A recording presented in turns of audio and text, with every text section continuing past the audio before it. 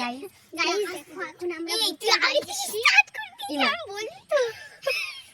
যে আমরা একটা ভূতের বাড়িতে এসেছি।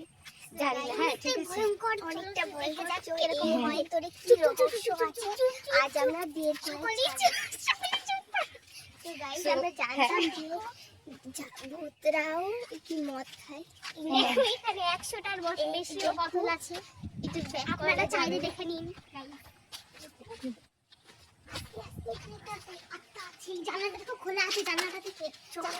আমরা দেখতে থাকি যে এই জানলার ভিতরে কি আছে।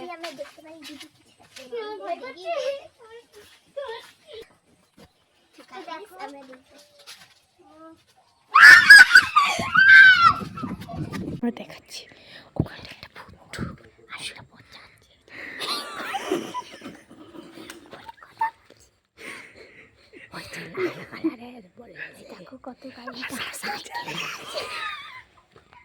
সত্যিকার এখানে বুঝছিল, এখানে পালাও সকলে।